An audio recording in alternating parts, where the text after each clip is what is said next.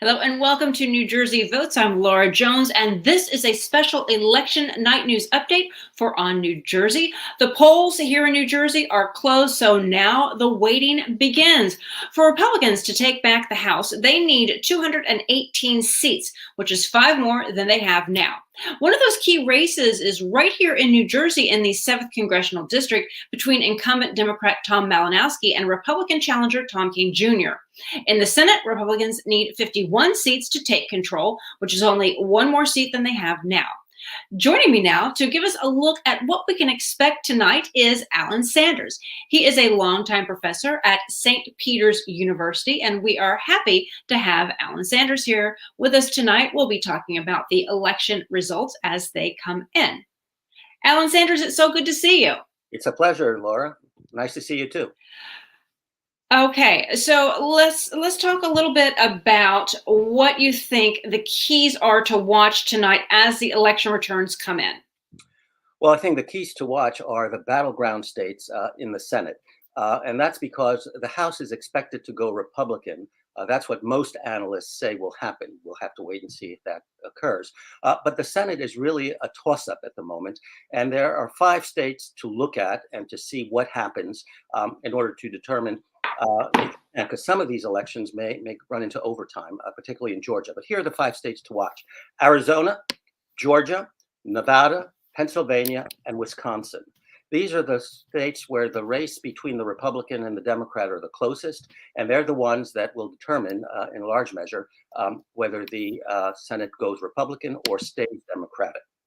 2 other things that I think we should watch for, and they are occurring at both ends of the country. Arizona.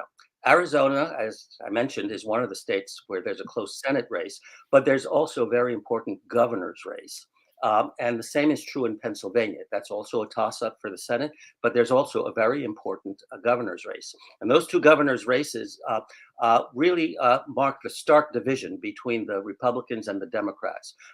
Both have Republican candidates that many people consider extreme election deniers, for one thing, and the Democratic candidates are more mainstream and have been making a big deal about the extremism of the Republican candidates. Now, what will be interesting to see is what happens in both. One is a Western state with a different political culture than Pennsylvania, which is an Eastern state.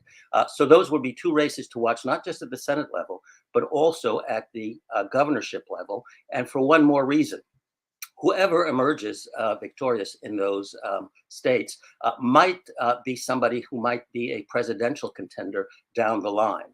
And so Carrie Lake, the Republican, is a very charismatic former news anchor, and she has been pointed out by many people as a possible person to make a White House run should she become governor.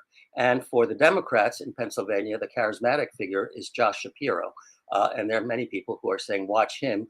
He may want to go into higher office and just be governor of Pennsylvania in the future. So these are important races to watch right now.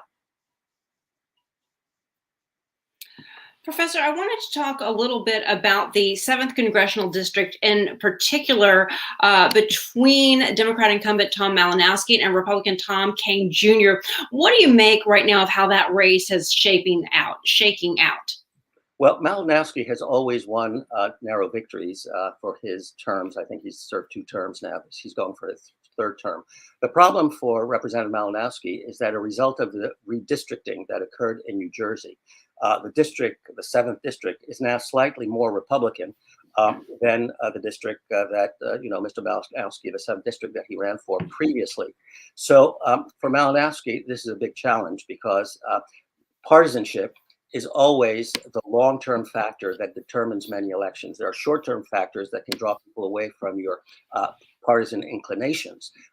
But if the partisanship, is there and it's a long-term kind of political inclination, that can prove problematic to somebody who is running on the ticket of the opposing party. So for Malinowski, the challenge right now is that the district is more Republican than the district that he used to have.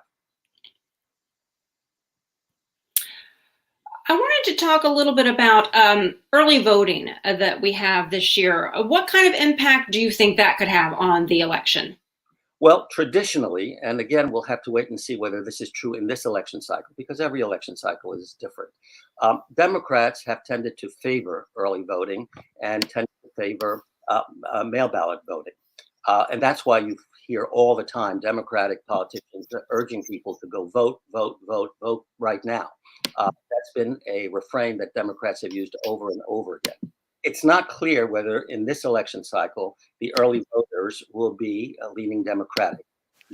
We'll have to wait and see. But certainly in the past, that's been an important element of the Democratic wins. Right. Are there any races that you think might be closer than expected this year? Well, I mean, there's always the possibility of some upsets. Now, right now in Ohio, we have an important race between Democrat Tim Ryan and J.D. Vance. Now, the polls indicate, the polling, not just one poll, but various polls indicate that J.D. Vance has the advantage right now. But Tim Ryan has been waging a very strong race. And he, in fact, has complained that he hasn't gotten enough Democratic support from donors and from the party. But he claims that he can stage an upset in Ohio. That's important because the seat used to be held by a Republican senator. So if J.D. Vance can manage to pull out a win in Ohio, that would, of course, help Democrats retain control of the Senate. Again, we'll have to see. Now, that's another important element because I mentioned the polls in talking about the race in Ohio. You know, in past election cycles, recent past election cycles, the polls haven't been all that accurate. There have been some major slip-ups and errors and false predictions that have come from the polls. I mean, the most obvious one is the fact that President Trump won the last presidential election when many polls were suggesting that it would be Hillary Clinton would be the winner. So one other element that's on the line in this election cycle nationwide is the accuracy of polls. Are they in fact accurate? Do they in fact correctly measure public sentiment going into the election? And again, we'll have to wait and see. There'll be lots of analysis afterwards as to not just who won and why these various candidates won, but also did the polls actually measure the public sentiment going into this election? And that was a huge issue in the gubernatorial election last year or last time around because it had Jack Ciattarelli fairly far behind, but he almost beat him, and there were some upset that people were not expecting, and the pollsters got it wrong. So that definitely will be something to watch. So let's go back to what happens if the Republicans, they only need 5 seats in Congress and 1 seat in the Senate to take the majority. What happens then if Republicans win? What see? Yeah, let's talk about that very briefly. It's kind of odd. That is to say, many people are voting, regardless of whether you're voting Republican or Democrat, because they're voting because they want things accomplished. One important issue, of course, is inflation, abortion, crime. People want things to get done on the various issues that they care about. But the problem will be that if the Republicans gain control of either chamber or both chambers, what is likely to happen is gridlock. And that's what one can expect. I mean, the Republicans have been messaging that they would want to stage a whole host of investigations into the Biden administration and its policies.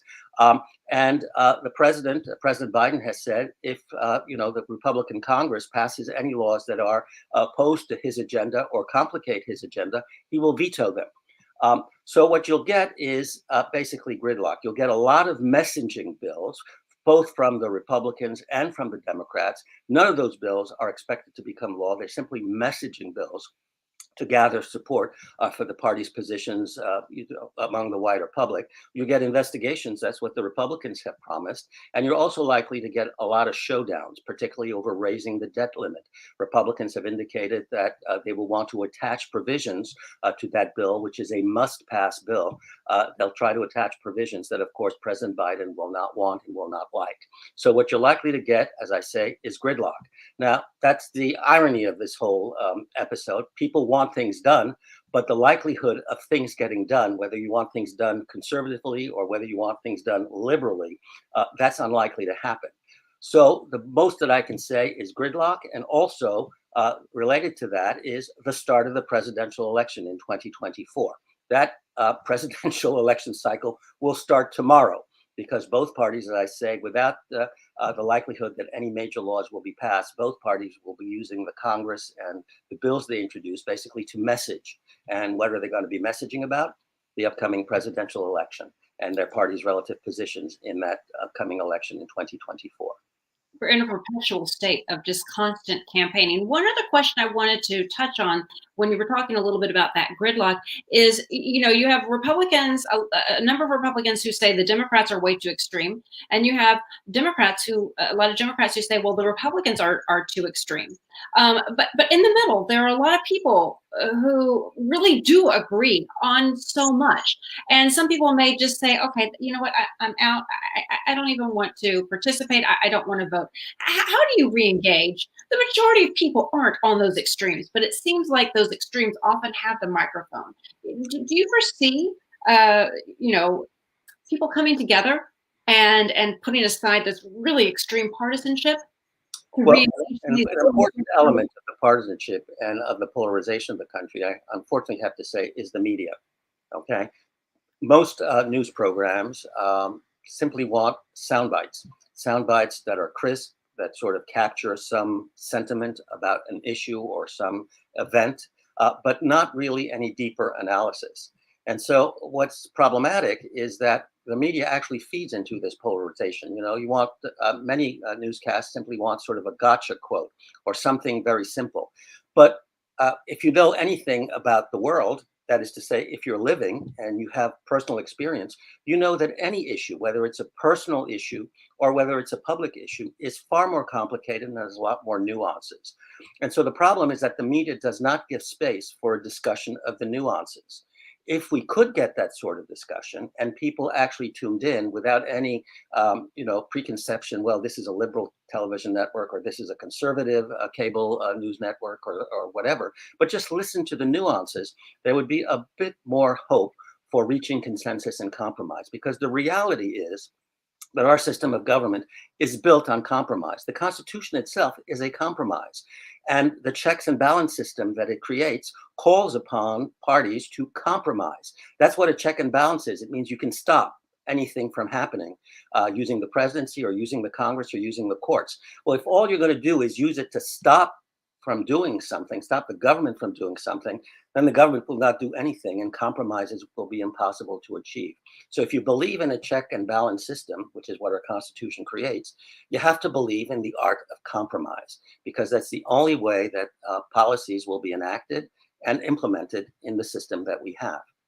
Yeah. One of the topics as we wrap up here that I definitely want to explore a little bit more is, media and their impact on elections and how so many news organizations are really more just opinion shows and they're very partisan. They're not so much news, but that'll be another topic for another day. Final thoughts before we close out here on what your top places you're going to be watching as the evening goes on tonight.